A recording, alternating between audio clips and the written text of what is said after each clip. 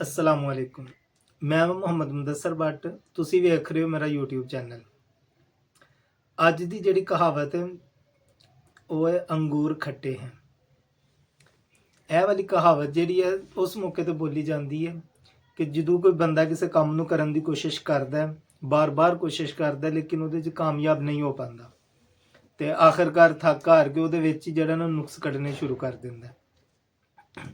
ਇਹਦੇ ਪਿੱਛੇ ਜਿਹੜੀ ਹਕਾਇਤ ਬਿਆਨ ਕੀਤੀ ਜਾਂਦੀ ਹੈ ਕਿ ਵੀ ਜਿਹੜਾ ਨੇ ਇੱਕ ਲੂੰਬੜੀ ਸੀ ਉਹ ਜੰਗਲ ਦੇ ਵਿੱਚ ਖਾਣੇ ਦੀ ਤਲਾਸ਼ 'ਚ ਨਿਕਲੀ ਤੇ ਐਸੇ ਤਰ੍ਹਾਂ ਜਾਂਦਿਆਂ ਜਾਂਦਿਆਂ ਜਿਹੜਾ ਨਾ ਇੱਕ ਅੰਗੂਰਾਂ ਦੇ ਬਾਗ ਦੇ ਕੋਲ ਪਹੁੰਚ ਗਈ, ਯਾਨੀ ਕਿ ਅੰਗੂਰਾਂ ਦੀ ਬੇਲ ਕੋਲ ਪਹੁੰਚ ਗਈ। ਉੱਥੋਂ ਜਿਹੜਾ ਨਾ ਉਹਨੇ ਅੰਗੂਰ ਉਤਾਰਨ ਦੀ ਕੋਸ਼ਿਸ਼ ਕੀਤੀ ਲੇਕਿਨ ਉਹਦੇ 'ਚ ਕਾਮਯਾਬ ਨਾ ਹੋ ਸਕੀ ਕਿਉਂਕਿ ਅੰਗੂਰ ਉੱਚੇ ਸਨ ਜ਼ਰਾ। ਉਹ ਛਲਾਂਗ ਮਾਰ ਕੇ ਉਹਨਾਂ ਨੂੰ ਫੜਨ ਦੀ ਕੋਸ਼ਿਸ਼ ਕਰਦੀ ਲੇਕਿਨ ਉੱਥੋਂ ਤੱਕ ਉਹਦਾ ਮੂੰਹ ਨਹੀਂ ਪਹੁੰਚ ਸਕਦਾ।